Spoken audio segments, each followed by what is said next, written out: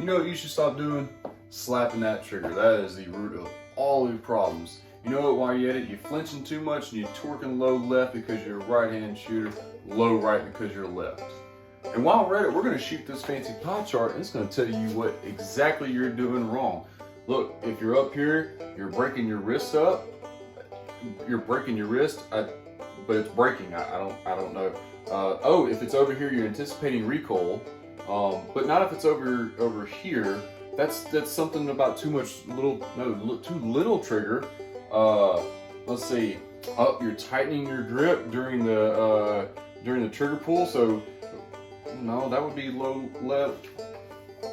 Yeah, this doesn't make any more sense to me as an actual shooting coach as it does to anyone else with a critical thinking mind. However, what does make sense is that bad boy right there. If you get shots here, you're doing it right. Anywhere else, you did something wrong.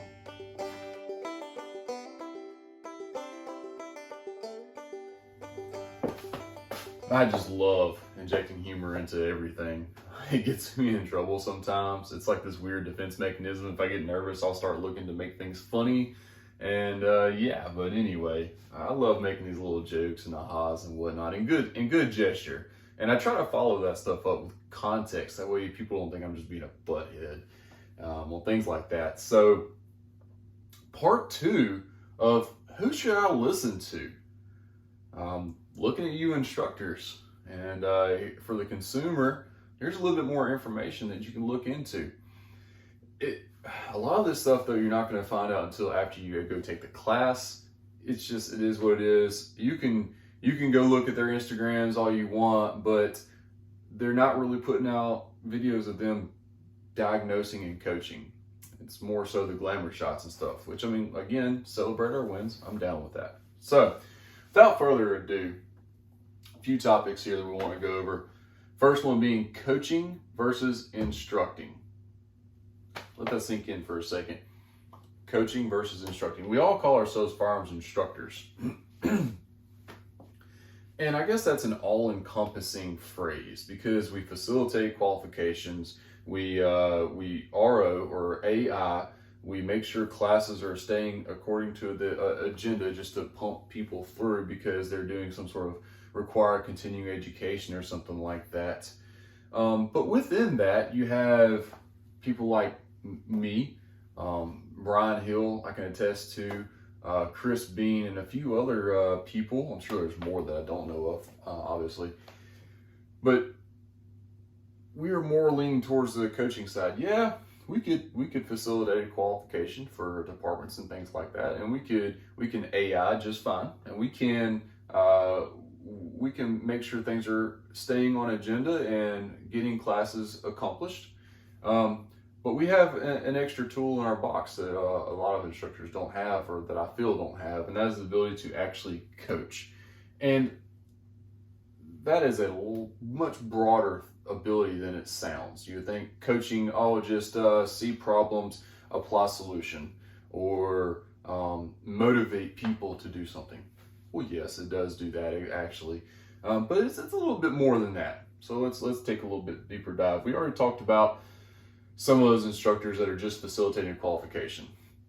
A lot of department instructors and things like that, they're going to go out on the range once or twice a year and get their deputies and sworn officers through that typical 50-round post-qualification and stuff. If they score a 70%, well, just do better next time. Not, hey, what's your grip pressures looking like? Are you actually putting a good structure behind the gun? Squeeze my hand. Show me exactly how you're gripping that gun. Okay, now do it with your left. You get what I'm going with. You're not going to get any of that through just a qualification.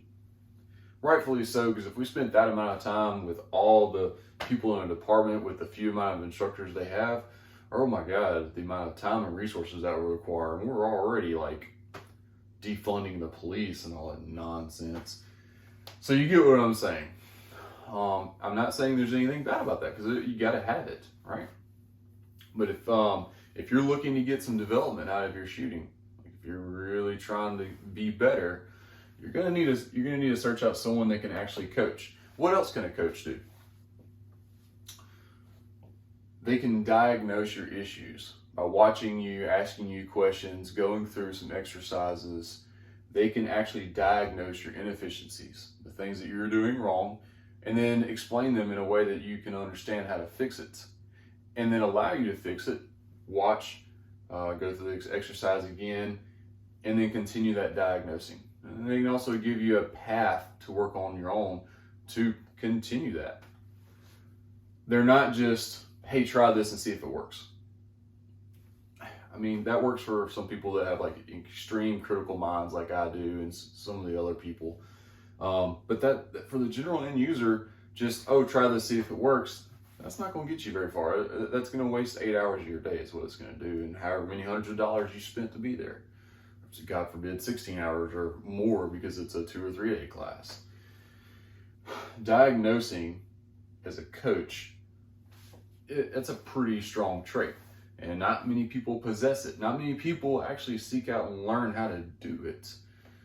We go out, all the instructors I know, I mean, of course, we had to start somewhere with some sort of instructor qualification or certification, if you will. And lots of times that just teaches you how to orchestrate the class, be safe, and all that.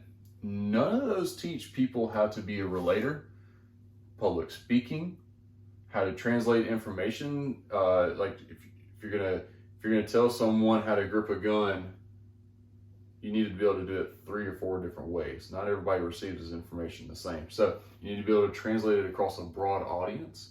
I mean, there's so many things that actually goes into being a coach that isn't taught in those certification classes. It's just material, it's just information. It's up to us to hone our skills as a coach, as a speaker, as a relator, as a translator, as a I should make a word for this. Diagnostician, like a dietitian, but diagnosis. I'll work on that. Anyway, so it's up to us to really get good at those types of things. And unfortunately, there's no turnkey semester-long class at your local community college to make all this happen. Yeah, you can go take public speaking classes and go to, I don't know, arts and crafts or whatever that makes you a better relator, because you're getting outside your element, you're able to relate to people you don't necessarily agree with. Whatever. But it's not that simple. It really isn't. That requires a lot of time and dedication. And I hope, for my fellow instructors out there, I hope that y'all are obsessing over this as much as I am.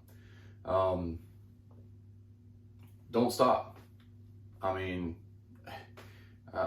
every time I get done with one goal of bettering myself, I'm stepping off to the next, whether it be shooting better, speaking better, learning more, the history of things, the legality of things. Like we owe it to ourselves, our families, and our students, our consumers, to be able to do all of these things and not just get stuck as someone that's facilitating a qualification, or someone that's just giving some trial and error, or just bland instructing. Not calling anyone out. I'm not. I hope this motivates you to go out and grab a book on public speaking or leadership or whatever. Go volunteer with your local Boy Scouts troop. I forget what they call those things. I got kicked out of Boy Scouts when I was like 8 years old or something. But anyway, I say all to say this. Back to the consumers. Who should you listen to? Seek out people that's actually put out students that have had extreme success. I can name 3 or 4 people right now off the top of my head that have taken classes under me and really applied my techniques and trainings and guidance, and they are legit better shooters than me. When we go to competitions, they are consistently placing higher than I am. It is what it is. So, proof's in the pudding. Look for instructors that are putting out quality stuff, that can speak really well, and that have students that have surpassed them because they believe in the process. So, here's your part 2 of that. And don't forget, you can be a liability or an asset. Choice is yours.